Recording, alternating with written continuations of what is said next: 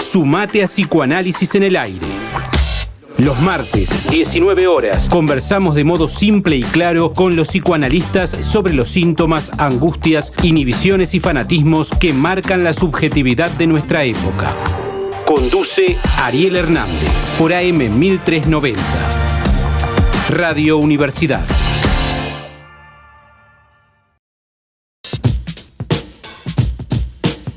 Hola, ¿cómo están? Bienvenidos, bienvenidas. Esto es Psicoanálisis en el Aire. Mi nombre es Ariel Hernández. Hoy vamos a tener un programa dedicado a lo que tiene que ver con la salud mental en un contexto muy particular, carcelario, del sistema penal. Comenzamos presentando a nuestras invitadas del día de hoy. Marcela Finocchi, licenciada en Psicología, asociada de la Escuela de Orientación Lacaniana Sección La Plata, directora de Salud Mental y Consumos Problemáticos de la Dirección Provincial de Salud Penitenciaria, Ministerio de Justicia y Derechos Humanos. Paola Relli Ugartamendía, abogada, secretaria de Ejecución de la Defensoría General de La Plata. Mariana Garay, médica psiquiatra, coordinadora del equipo interdisciplinario que aborda la externación de usuarios sobreseídos alojados en la unidad 34 de Melchor Romero. Bueno, muchísimas gracias Alfredo, Marcela, Paola, Mariana, ¿cómo están? Muchísimas gracias por venir. Muy bien, gracias por la invitación. Bueno, si les parece vamos a comenzar conversando un poco sobre esta cuestión que nos hemos reunido anteriormente en un primer acercamiento para ver cómo abordar un tema tan complejo, ¿no? Y a mí me quedó de esa conversación cuando una problemática de salud mental deviene en una problemática sociopenal, digamos, ¿no? Que ahí hay un arco que me parece de lo más interesante. Y también en la conversación he aprendido mucho con ustedes que me gustaría hacerlo pasar también a nuestros oyentes. Y en principio me parece que podemos arrancar con vos, Marcela, para comentar, porque también recién hablábamos y que me acabo de enterar de esta particularidad de que un profesional esté en un cargo de gestión tan importante como el que estás vos, ¿no? Así es, Ariel, ¿cómo andan? Sí, es una novedad y también es una ventaja, de algún modo, porque no solamente algo de la especificidad de la función, mi dirección es la Dirección Salud Mental y Consumos Problemáticos, y es ejercida en este caso por una psicóloga, bueno, con una orientación psicoanalista, ¿no? Pero además, lo específico, digamos, de este cargo de gestión, también tiene esta ventaja del recorrido territorial con el que vengo. Entonces, de algún modo, la lectura que hemos tenido en la conversación con otros discursos siempre ha sido desde ahí. Me parece que eso es clave, no solamente por el lugar de gestión, sino porque también uno con los colegas y las colegas conversa de un modo distinto, ¿no? Como que puede ahí encontrar un lenguaje común. Cuando vos presentabas la problemática, pensaba en esto, Ariel, que cuando yo llego al cargo a fines del 2021, me encuentro con que, acordate el contexto, ¿no? Un poco de pospandemia. Había que ordenar los equipos y había que ordenar los protocolos, los programas, los dispositivos y embarcarlos y adecuarlos a la Ley Nacional de Salud Mental vigente, ¿sí? Eso fue todo un trabajo, pero particularmente alrededor de poblaciones específicamente vulnerables o con derechos específicos, diríamos, que vienen siendo las mujeres, las problemáticas de consumo y todo el universo de las unidades de Melchor Romero, que son estas personas sobreseídas o en conflicto con la ley penal como consecuencia de una problemática de salud mental. O sea que paralelamente a hacer todo el ordenamiento, digamos, de los dispositivos, los programas, los protocolos, había que acompañar a los equipos que venían un poco golpeados con lo que fue la época de pandemia y todo el desarme, vamos a decir, simbólico que han sufrido, que por ser en su momento profesionales que tuvieron que seguir yendo a trabajar y demás, ¿no?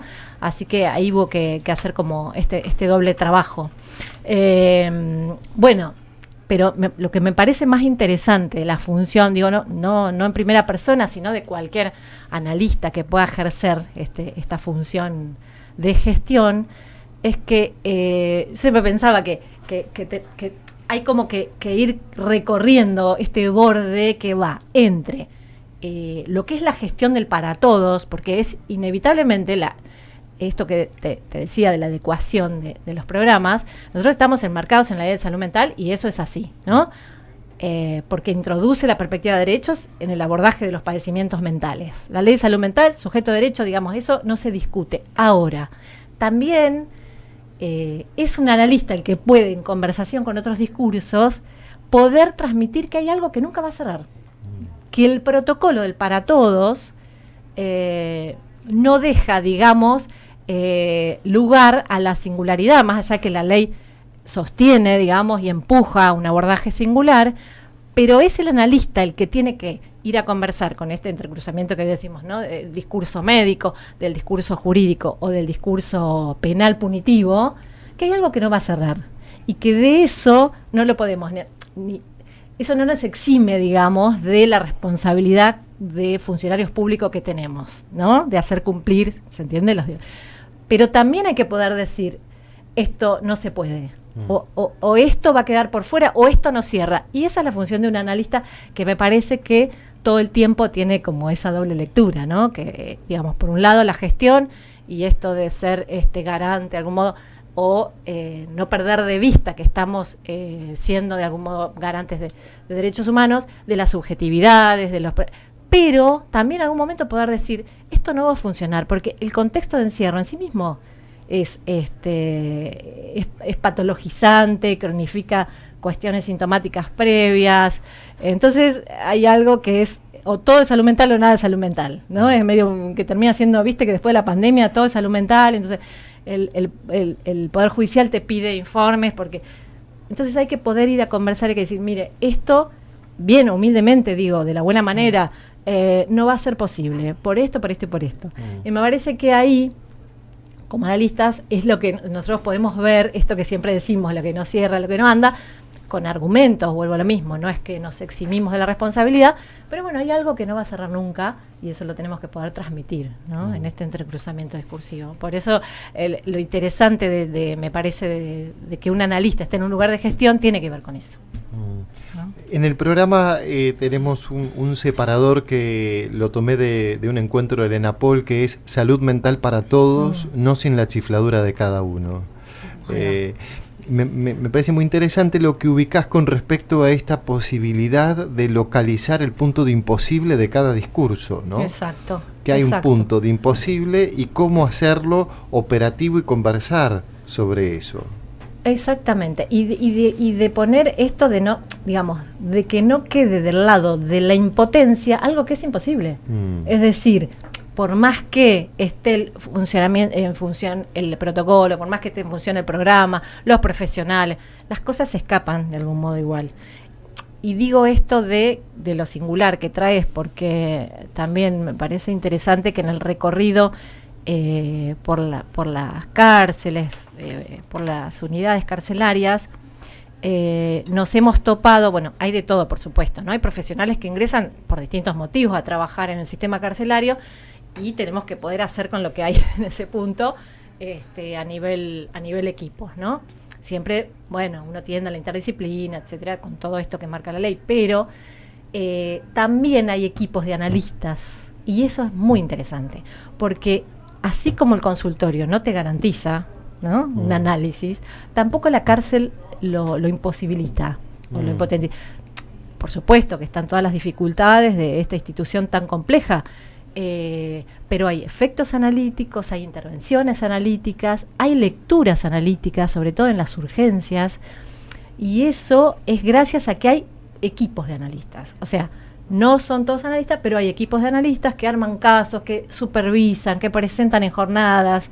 Bueno, y nada, y nosotros incentivamos, por supuesto, porque somos el equipo de gestión, somos todas analistas en ese punto. ¿Qué no quiere decir? Porque ahí vuelvo un poco a algunas lecturas psicoanalíticas que no vienen al caso, pero las miro a las compañeras, hay una psiquiatra y una abogada, ¿no? Pero digo, eso no quiere decir que para salir a conversar uno va a andar explicando cómo es la cosa a nadie, ¿se entiende a lo que vamos? O sea, esto de ir a poder conversar es un poco cómo poder transmitir esto que digo, ¿no? Lo real en juego, nosotros decimos siempre, lo real del síntoma, o algo de las subjetividades, pero de un modo donde la comunicación sea posible, porque han resultado, y las miro porque tengo presentes situaciones de audiencias muy interesantes, donde se ha podido conversar con jueces que nos han pedido saber para después poder preguntar y poder transmitir algo de la práctica, de la sintomatología, de la estructura de una persona privada de libertad, y transmitirle también que esa persona en determinadas condiciones no va a poder tal cosa, y que el juez agradezca esa conversación y pueda en consecuencia, no sé, resolver alguna cuestión del proceso, es maravilloso. Y también habla de esto de, porque si no nos quedamos, ¿no? Como decíamos, como un poco hundidos en nuestro propio discurso, y bueno, no hay posibilidad de comunicación posible. No es un consultorio dentro de la cárcel, ¿se entiende? Es la oferta de la presencia del analista, ¿no? Exacto. Exacto. Es como algo... Y han pasado cosas grandiosas a nivel de casos y a nivel de, eso vuelvo a lo mismo, a nivel de lecturas institucionales también, porque el analista lee ahí, ¿viste? Y cuando lee el síntoma institucional también puede ir a intervenir con algunas cositas que hacen un pequeño movimiento, desde cerrar una puerta hasta sacar a alguna persona fuera del ámbito, ¿no? De una agencia. Y eso marca un espacio otro que donde después suceden otras cosas y la persona queda como, bueno, no, puede pasar, me pueden escuchar, ¿no? Y empiezan ahí algo del deseo del analista o de la causa, empieza a girar. ¿Cómo esta presencia puede incidir en un sujeto? Esta presencia puede incidir en el trabajo de un equipo. Exacto. Pero también esta presencia puede incidir en un proceso judicial, exacto, en la conversación con otros discursos. Sobre todo nosotros desde el psicoanálisis de la orientación lacaniana lo que planteamos es que la conversación es sobre la base del SDA barrado. ¿Qué quiere decir el SDA barrado? Es el significante de una falta en el otro, es decir, que la verdad es algo a medio decir, que se construye, que se contornea, que es algo que se va a producir en el encuentro con el otro, ¿no? Que no se trata del adoctrinamiento, no se trata de la psicologización, sino me gusta mucho esto de pensar cómo podemos transmitir de qué va la pulsión, que estamos habitados por un cuerpo que tiene un empuje constante, y la importancia de poder darle una orientación a esa fuerza constante, y que hay algunas veces que marcas que tienen que ver con algo extra, por fuera de la conciencia, por fuera del yo, por fuera de la voluntad, están determinando un programa de un circuito de repetición de esa fuerza pulsional, de ese movimiento que puede hacer en un sujeto que efectivamente se quede más vulnerable a ser interceptado por el discurso sociopenal, ¿no? Que en esa conversación con otros discursos, poder hacer pasar la dimensión de lo pulsional, de las modalidades de goce en juego, de la existencia de lo inconsciente, me parece toda una apuesta. Sí, totalmente. Me gustó mucho eso. Toda una apuesta, y además que dentro del para todos, volvemos a lo mismo, ¿no? De la lógica del derecho y de los protocolos, no deja de estar jugándose lo singular de esa presentación o de esa persona que por ahí, no sé, uno dice, bueno, es una sí, pero es esta persona con esta característica de, ¿no? Y eso la hace con nombre, apellido. Hace poco en una audiencia alguien de tu equipo pudo ejemplificar con eso, ¿no? Porque nos explicó que el delirio no siempre es malo, y los abogados pensábamos que entonces si delira, no está bien. Exacto. Y ahí ella nos pudo dar una clase en plena audiencia para poder también bajar en el caso que estábamos trabajando, nuestro prejuicio respecto a eso, ¿no? Hablando de lo restitutivo y de la función en esa paciente, totalmente. Sí. Por supuesto que del otro lado tiene que haber como, digamos, una posición de querer saber, ¿no? Porque digo, no es que nosotros conversamos con determinados defensores, determinados juzgados, que trabajan en pos de por ahí de la ley de salud mental, vuelvo a lo mismo, porque están enmarcados, saben que hay algo que tiene que cumplirse, y dentro de eso empiezan a hacer preguntas y sobre todo porque empieza a pasar que es un momento de una coyuntura social tan compleja, que no se sabe No se sabe. Yo el otro día estaba en un contexto en la escuela de cadetes, que digamos, son los futuros guardiacárceles, penitenciarios. Oficiales penitenciarios, exactamente. Y entonces yo les daba el ejemplo, le digo, imagínense que la vecina de ustedes viene con un palo a los gritos diciendo que les va a envenenar el perro. ¿Qué hacen? ¿A quién llaman? La mitad me dijo a la policía y la mitad me dijo a la ambulancia. Porque yo les hablaba de la vecina de enfrente, o sea, una persona con la que nunca habían tenido... Bueno, nada, esta situación que digo que ahora, en esta actualidad, empieza a verse de manera cada vez más en aumento, nos conduce a la pregunta todo el tiempo de qué se hace con eso, ¿no? Que es un poco la problemática con la que trabajan todo el tiempo las compañeras.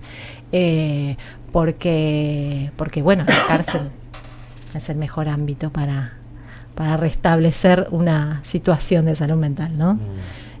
Pero bueno, cuando eso sucede y pasa al ámbito de la cárcel, una problemática de salud mental, hay que poder hacer con lo que se tiene, con el abordaje, y también ahí y todo el tiempo, insisto con esto, con los otros, porque ahí vos tenés un enfermero, hay cosas a veces que tienen lecturas de caprichos, está caprichosa, no quiere, ¿no? Y uno le tiene que poder explicar, ¿no? Es un capricho, es una situación que no puede dejar de hacerlo.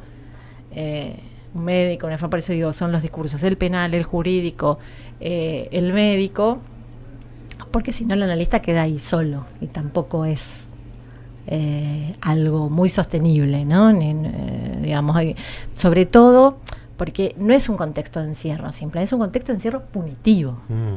O sea, para nosotros es la institución más compleja, porque hay todo el tiempo algo del orden de las subjetividades que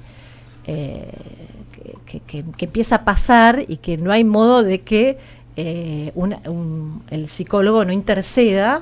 Para que el sujeto pueda hablar tiene que estar más o menos comido, más o menos dormido, o sea, no descansado. Hay otras cosas que tienen que suceder primero, no va a ponerse a hablar porque sí. Entonces a veces vienen y dicen, no, llora. Entonces bueno, hay que despejar eso, que digo que después de la pandemia ha empezado a suceder, y de que todo es salud mental, nada es salud mental, porque desde el juzgado que pregunta, bueno, que vaya a hacer un tratamiento, hasta un personal asegurativo que por ahí trae a la persona porque llora, y uno tiene que poder explicar que no todo es susceptible de tratamiento, ¿no?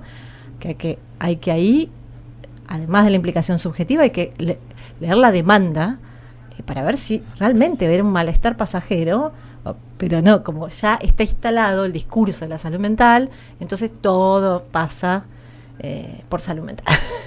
Y ahí hay que ser un poco, digamos, cinturear ahí con los otros. Sí, escuchándote pensaba en las significaciones también imaginarias que circulan dentro de lo que es el personal de contacto, ¿no? Y cómo algunos discursos también pueden permitir alguna lectura acerca de un otro que, bueno, por determinadas coyunturas termina en un proceso penal, con una pena, y cómo también hay muchos discursos de que arman de los presos una estigmatización, ¿no? Eugenio Zaffaroni describe bastante bien todo lo que tiene que ver con ese proceso que va de la estigmatización, de la selectividad del sistema penal, que es bastante complejo, digamos. Él va a mencionar cómo el sistema penal reproduce su propia clientela y que, bueno, están las problemáticas de salud mental con la persona que ya viene,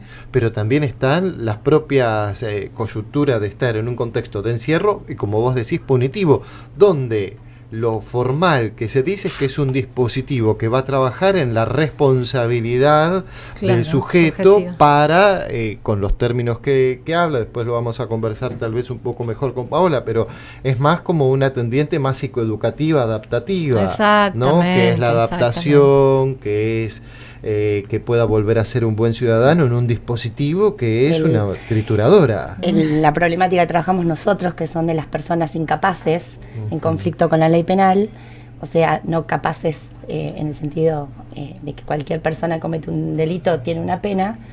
Nuestro sistema penal es como un vestigio de lo que nosotros llamamos derecho penal de autor.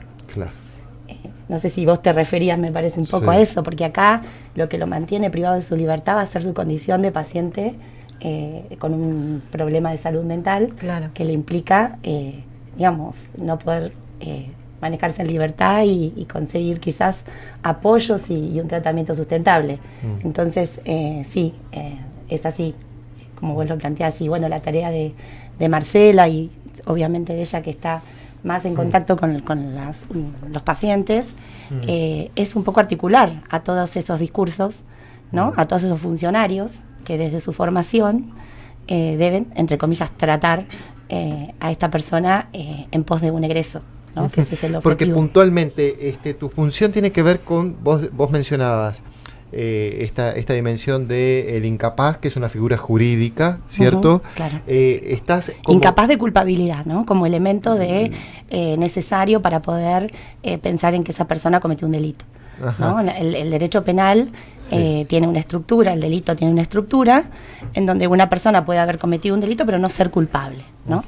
Entonces hay una eximente que tiene que ver en el artículo 34 del Código Penal, que dice aquellas personas que porque estar alterados, por tener bueno, es horrible el artículo 34 del inciso 1 del Código Penal, por cómo dice alteraciones morbosas, habla de peligrosidad, ¿no? De conceptos que hoy ya están superados, sino que hablamos de riesgo cierto inminente. Esa persona está en riesgo porque tuvo una crisis, porque en esa crisis comete un delito, ¿no?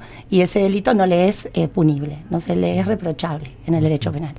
Por eso esa dualidad, ¿no? Por un lado tenemos las penas y por otro lado tenemos las medidas de seguridad, que es la respuesta penal supuestamente curativa, sin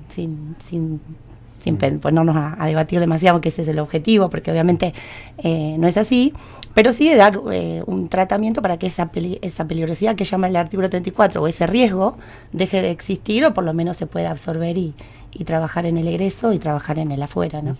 Te traigo un poquito más para acá, para esclarecernos en este punto. Hay una cuestión, ¿no?, donde se va a plantear el delito como una conducta cierta o inminente, ¿no? Un hacer.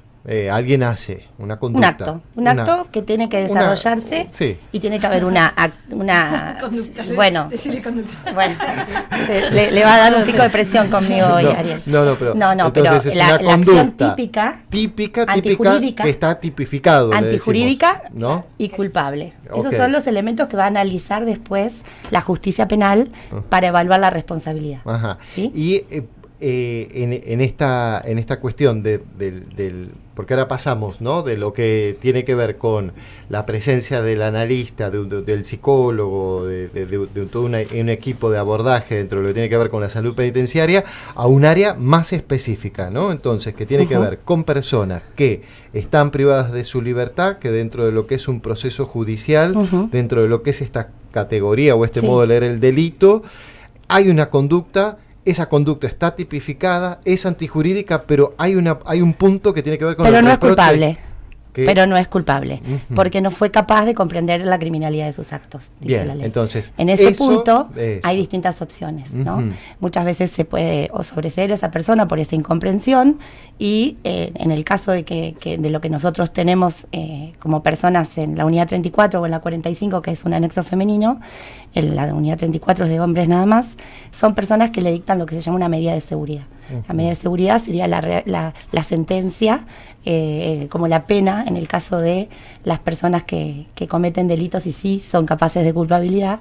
En cambio, aquellos que se le dicta esa medida de seguridad por encontrárselos para el Código Penal peligrosos y para nosotros, y es un poco nuestra militancia en el día a día de cambiar ese vocabulario en donde hablamos de riesgo cierto inminente, de proyectar en esa persona más o menos por qué llega hasta este lugar y cuáles son esos apoyos que le faltaron para poder lograr con su problema de salud mental convivir en la sociedad tranquilamente. Si me permitís, empiezo un poquito más para atrás, ¿no? Las medidas de seguridad en el Código Penal, por ejemplo, no tenían fin. Las personas ingresaban al sistema penal cuando se le dictaba una absolución por no poder ser culpables y quedaban detenidas o privadas de su libertad, mejor dicho, eternamente. O sea, hasta que un juez, una persona con problemáticas de salud mental, en conflicto con la ley penal, ingresaba al sistema penal Y no se sabía hasta cuándo. No se sabía hasta cuándo, ¿no? Porque no estaba determinada, porque como es una medida, entre comillas, curativa, ese era el objetivo, digamos, de la medida de seguridad, se entendía que lo que se debía hacer es esperar a que sea evaluado, ¿no? Y que de esa evaluación se produzca un egreso. Deje de ser peligroso. Deje de ser peligroso.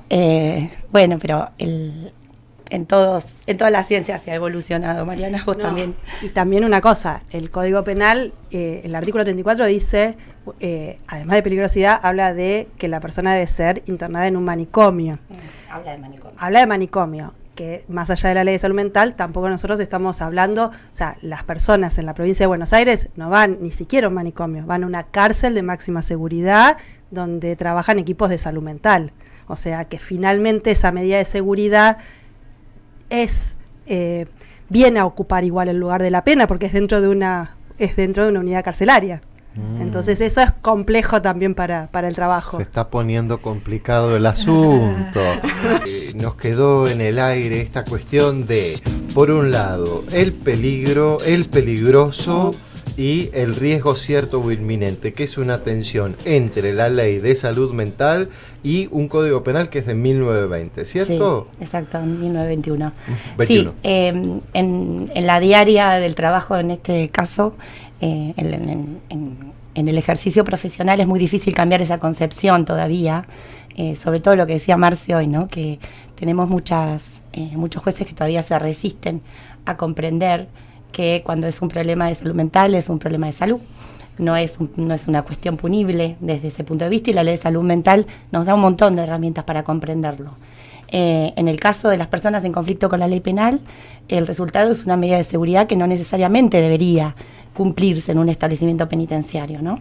Pero bueno, hay ciertas resistencias para comprender esto.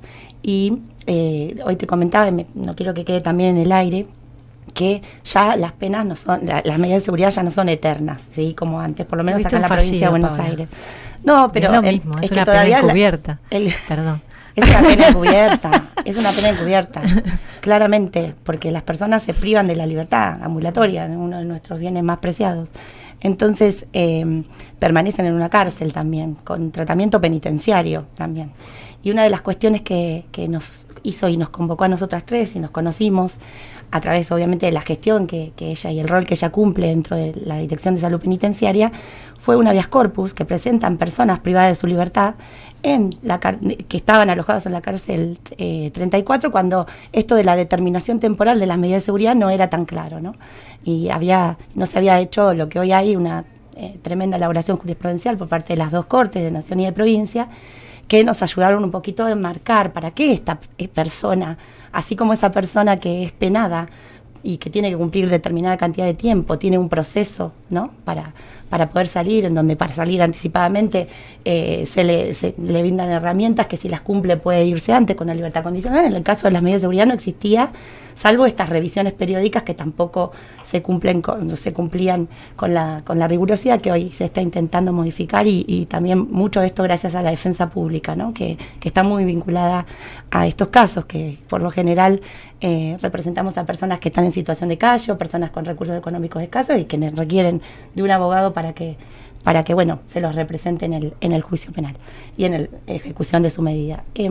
Ese habeas corpus se presentó ante el Tribunal de Casación Penal, que es nuestro máximo tribunal penal en la provincia de Buenos Aires, y se hizo lugar en donde... Año 2018. Año 2018, sí, es la resolución, en donde el tribunal, la Sala Tercera, determina, según la presentación de estas personas, que estaban como solamente... permaneciendo en el tiempo en las unidades, ¿no? Que su único tratamiento era medicamentoso, y cuando lo había, ¿no? Adolecían de apoyos, adolecían de, no sé, acompañamiento de un psicólogo, de un trabajador social para una revinculación, por ejemplo, familiar, para bueno, qué vas a hacer o qué expectativa de vida esa persona puede tener en el afuera.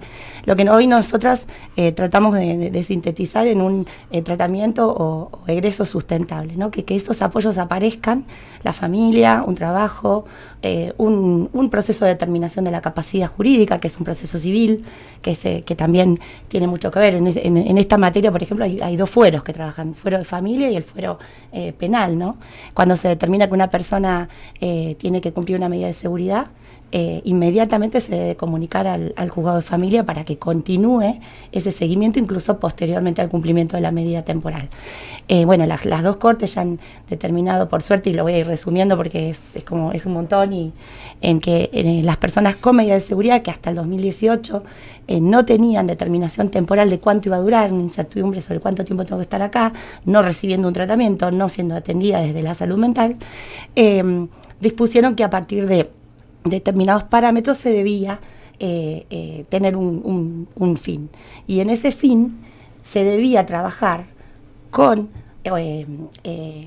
equipos interdisciplinarios enmarcados en la Ley de Salud Mental. Entonces, por primera vez, el derecho penal empieza a tomar, por ejemplo, prestado el concepto de riesgo cierto e inminente, ¿no? Si esa persona no lo tiene más, ¿por qué la sostenemos en el tiempo en una unidad penitenciaria?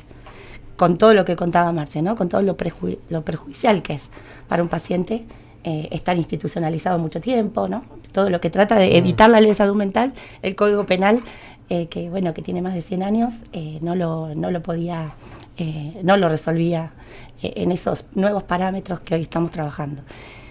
Y ese habeas corpus determinó a la Defensoría General, que es la defensoría que yo represento, yo soy secretaria de ejecución, le dijo a la Justicia de Ejecución de La Plata que como estas unidades quedan en La Plata, debían supervisar la ejecución de esta sentencia. Y en esa confluencia, después de muchos idas y venidas, estamos hablando de 2018 hasta la fecha, trabajamos en conjunto con varios equipos de gestión, incluso con el Ministerio de Salud, el servicio penitenciario. O sea, por primera vez nos sentamos todos los que intervenimos, todos esos actores que de algún modo vamos a después a tener un resultado mayor o menor favorable. Y otra cuestión que no tenían era seguimiento.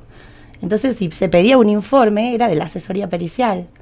Y que, bueno, yo tengo mis reservas con que puedas, una persona que un psiquiatra, un psicólogo, que eso es otro cantar también, porque no trabajan interdisciplinariamente, aún hoy no trabajan interdisciplinariamente para hacer pericias vinculadas al riesgo cierto inminente, cosa que también es contrario a lo que pregona la Ley de Salud Mental, porque bueno, desde la asesoría, vos ¿cierto? no podés tener un riesgo psiquiátrico, pero podés tener un riesgo socioeconómico, ¿no? Y todo eso también va a repercutir en que tu salud y tu estabilidad en el tratamiento se pueda dar continuidad. Entonces, estos equipos que, bueno, Mariana empezó a trabajar con una mesa que es representada por varias instituciones del Estado provincial que van a trabajar en el egreso sustentable. Entonces, todos los jueces empezaron a determinar temporalmente.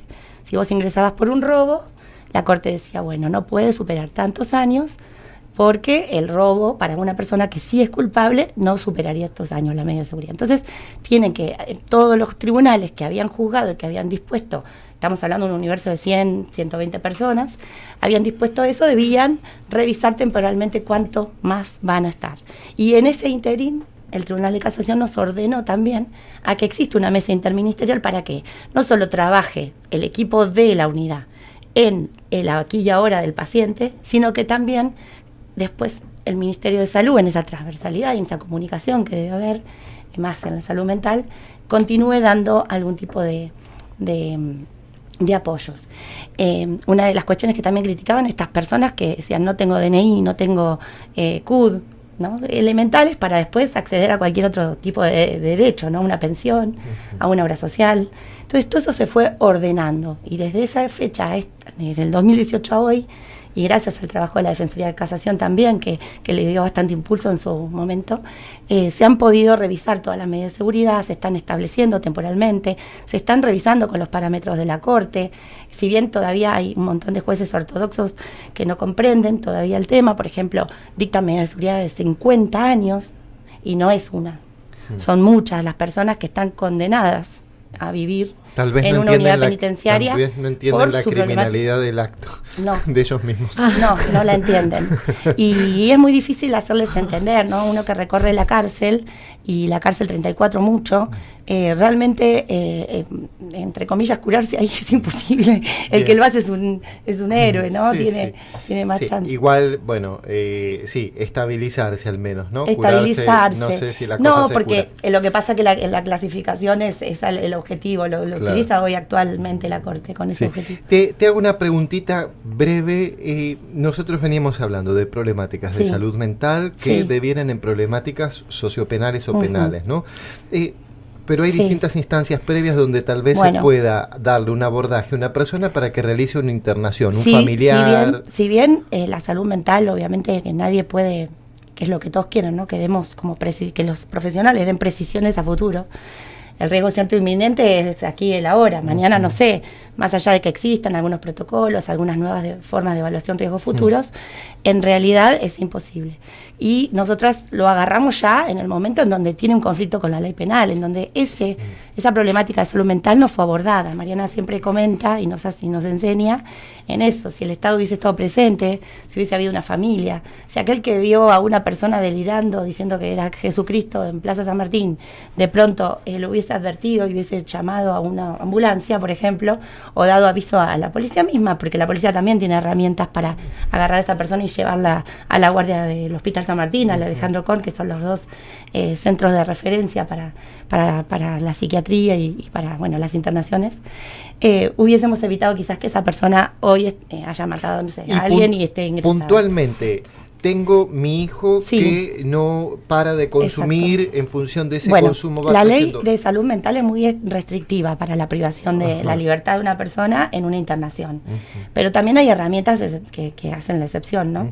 Y cuando esa internación está indicada, porque hay profesionales que ya te están diciendo, mira, este chico hay que internarlo. Entonces, primero es una indicación. La voluntad de la persona es muy importante al momento, porque por suerte hoy también con la convención, el consentimiento es muy importante, sobre todo por la convención de las personas con discapacidad, en donde hay que escucharlas, informarlas.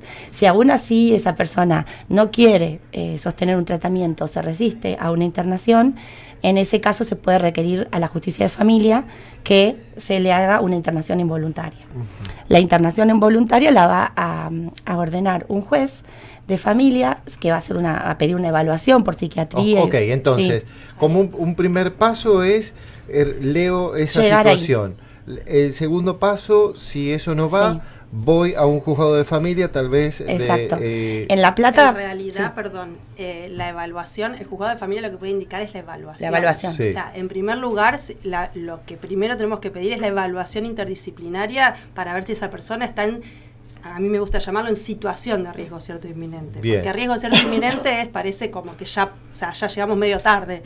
Entonces la situación es temporal, digamos, o sea, es en este momento cómo está la persona. En este momento, en las últimas, digamos, conductas de esos últimos días o esos síntomas, claro, poder hacer como un corte ahí y poder hacer esa evaluación. Esa evaluación, que es interdisciplinaria, tiene que indicar que hay una situación de riesgo cierto inminente e internar.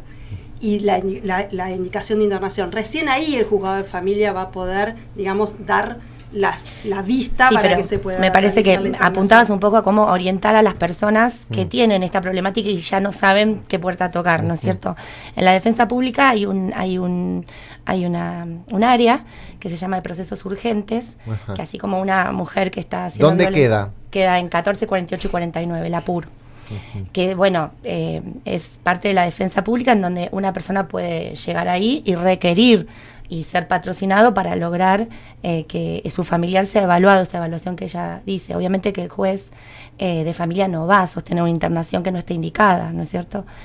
Son temas muy complejos, ¿no? Requieren mucha valentía por parte de la familia porque no es fácil encararlo desde ese lugar, pero bueno, involuntariamente. Involuntariamente. Pero bueno, todas las defensorías generales hoy están tratando de tener áreas específicas de salud mental. Nosotros en La Plata tenemos una defensoría especializada en salud mental.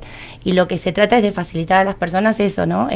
Mi hijo no quiso, pero yo lo puedo internar igual. Ok, bueno, ahí más o menos tenemos una orientación. ¿Hay algún teléfono o algo donde se pueda llamar? No me los acuerdo, pero pones APUR o pones en la página del Ministerio Público, en la Procuración y en La Plata, en cualquier defensoría. Yo para APUR. Bien, las vecinas, y si ustedes están en otra parte que no es provincia de también Buenos Aires, puede ser patrocinado por un abogado particular, no exclusivamente por esta agencia, ¿no? Bien. Que es simplemente el hecho de tener que acceder, se accede patrocinado por un representante legal. Bárbaro. Bueno, entonces, Mariana, vos estás como coordinadora de este equipo interdisciplinario que trabaja puntualmente en el área de la Paola nos fue comentando cómo estas personas ingresan en el sistema penal, que van teniendo una indicación de una medida de seguridad, que a partir de este cambio es una medida de seguridad que está acotada en el tiempo, y queda de tu lado o del equipo interdisciplinario que trabajan ustedes el acompañamiento del trabajo de estos sujetos para la externación. ¿Esto es así? Sí, en realidad nosotros trabajamos con una población de aproximadamente 130 personas en este momento que cumplen una medida de seguridad,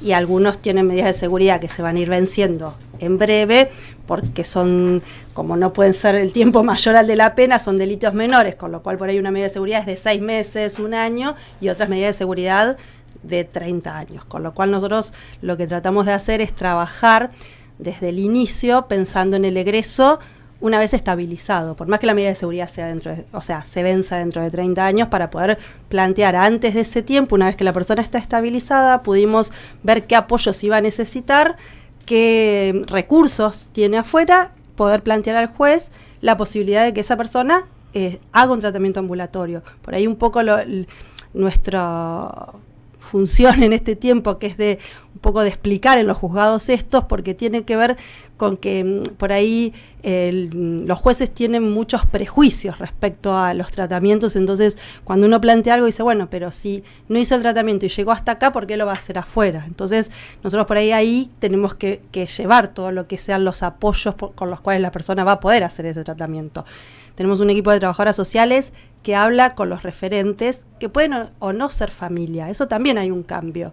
El juzgado nos pedía, bueno, que tenga un familiar responsable, y en general si fuera la madre o el padre, como si eso fuera una garantía de algo. Entonces, la familia, padre, madre y hermanos, y si ese era el apoyo indicado. Entonces, bueno, un poco lo nuestro fue que el referente afectivo o la figura de apoyo no siempre es un familiar, que ese referente es elegido por el usuario y que trabaja con nosotros en pos de esta externación, todo lo que tiene que ver con iniciar el proceso hasta de sacar un DNI, porque trabajamos con una población muy variada, porque tenemos personas que ni siquiera han podido obtener el DNI porque no están inscriptas, con lo cual hay que hacer una inscripción tardía, que es un juicio y demás, y tenemos personas que tienen obra social, que tienen un lugar, digamos, familias, y tienen buen pasar económico, digamos, y que igual termina en la unidad 34. Yo digo, es bastante democrática la unidad, porque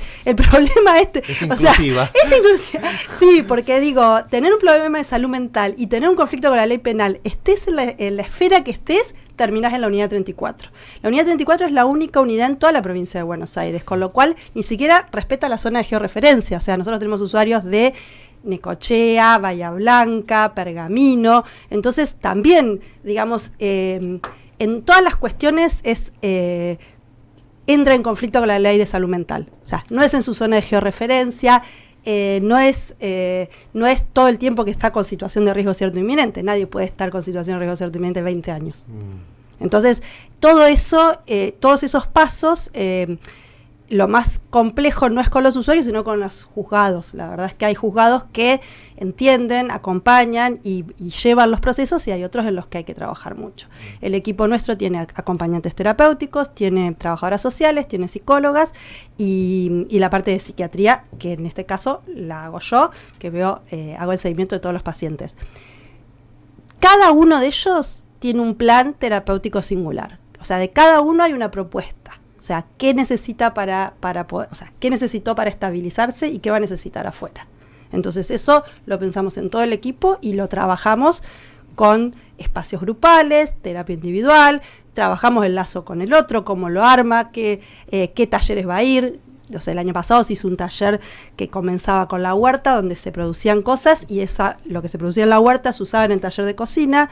En el taller comunitario se hacían los delantales que los chicos iban a usar para cocinar en el taller de cocina. Bueno, todo ese proceso lo que nos permite a nosotros es ver qué cosas va a necesitar esa persona cuando se vaya. O sea, nosotros empezamos a trabajar con la persona pensando en el afuera. Entonces eso nos da también otras perspectivas, porque es con otros. Y en esto que contaba Paola, en la mesa interministerial, interviene Patronato Deliberado, Ministerio de Salud y Desarrollo de la Comunidad, con lo cual nosotros también ahí tenemos que pensar en la persona no solo con su cuestión de salud mental, los subsidios que vaya a necesitar, algunos tenemos bastantes, digamos, lazos con ONGs, en donde también por ahí puedan conseguir un trabajo, o sea, salud, educación, trabajo, todo eso es salud mental. Entonces, bueno, la idea es pensarlo de manera integral a estos usuarios. Son los principios de la buena condición penitenciaria, en parte también, ¿no? Sí. Pensaba en algunas cuestiones que tienen que ver con, por un lado, como lo que vos nos presentabas, Marcela, en parte... y que vos ahora, Mariana, lo reforzás, las distintas funciones de lo que es LOPSI y de lo que es el abordaje con otros discursos para poder generar condiciones para que alguien pueda tomar la palabra. ¿Cómo van acompañando ciertas invenciones y algunas veces propiciando, ¿no? Lo que me preguntaba tiene que ver con ¿Qué trabajo, si es que se hace en alguno de los dispositivos, porque entiendo que no son los mismos, qué trabajo se hace en relación a la responsabilidad subjetiva frente al acto que al sujeto lo llevó ahí, más allá de su historial de vulnerabilidad? Totalmente. Lo que pasa que, bueno, ahí Mariana tiene una experiencia territorial mucho más amplia en relación a cada uno de los usuarios con los que trabaja, y que por ahí son estructuras que han desencadenado y han llevado adelante un acto, por lo cual, bueno, después luego quedan detenidos, ¿no? Pero el punto es que había una especie de tabú en algún momento, ¿viste? Como que, bueno... no hay que hablar del delito, no se habla del delito, porque se habla en todo caso si la persona lo trae, si no. Parece que no hay regla, no hay un para todos en ese punto. Sí hay una posición de escucha que va llevando a ver la posibilidad, en términos de recursos subjetivos, ¿no?, que tiene esa persona para poder bancarse a hablar del hecho, digamos. Ha habido situaciones donde el analista escuchando advierte que, bueno, que hay algo alrededor de vamos a decir, un núcleo que no conviene tocar en algún momento, pero después, no es que en la psicosis no hay ¿se entiende? No hay responsabilidad subjetiva. Han llegado, digamos, a armar una narrativa alrededor del pasaje al acto, y luego ahí una cosa es la subjetiva y otra cosa es la responsabilidad penal, ¿no? Como que pero además, porque eso quizás se le puede exigir más a una persona que sí es punible. Porque esa reflexión que pueda llegar a tener sobre lo que ocurrió tiene que ver con que, bueno, no lo voy a hacer más. Pero en este caso, incluso a veces, como dice Marce, se trata de tratar de ni siquiera meterse con eso, ¿no? Porque a veces ni siquiera lo recuerdan al episodio. Sí, siempre hay algo que es más fuerte que yo. Creo que eso tiene que ver con tu formación. Hay algo donde... Los psicólogos que quieran que la gente reflexione en la cárcel. No precisamente, bueno, porque cada uno también está encerrado en su pequeño programa, claro. Digo, y hay encierros, por supuesto.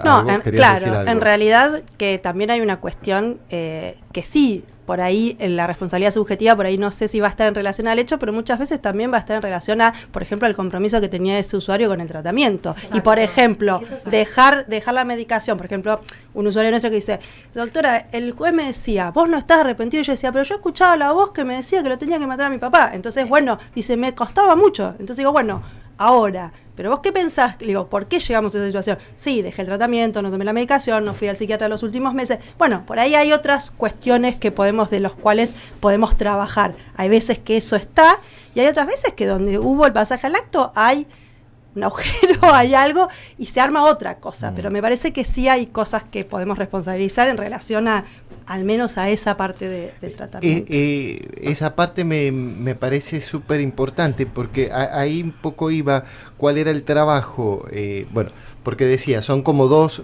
secuencias distintas, ¿no? Por ahí la que se puede presentar en una persona que está privada de su libertad y que tiene que cumplir una pena en una cárcel, que este tipo de personas que están declaradas, bueno, están sobreseídas, están con esta medida, y que me parecía muy importante poder localizar el lapsus, el punto donde hubo un antes y un después, donde se produce esa conducta en relación a la adherencia o no a algún tipo de invención o tratamiento. Nos quedamos sin tiempo, nos están tocando. Es interesantísimo, vamos a continuar con esto, vamos a tener un programa también que va a estar dedicado después también a darle una continuidad más a las externaciones y vamos a invitarlas por ahí, hasta incluso por separado, porque abrieron temas que son de lo más interesante y nada, nos tenemos que ir. Les agradezco un montón. Gracias por la invitación, gracias. Que anden muy bien, los vemos el próximo programa. Adiós. Psicoanálisis en el aire, un lugar de conversación con psicoanalistas sobre los síntomas, angustias, inhibiciones y fanatismos que marcan la subjetividad de nuestra época. Por AM 1390, Radio Universidad.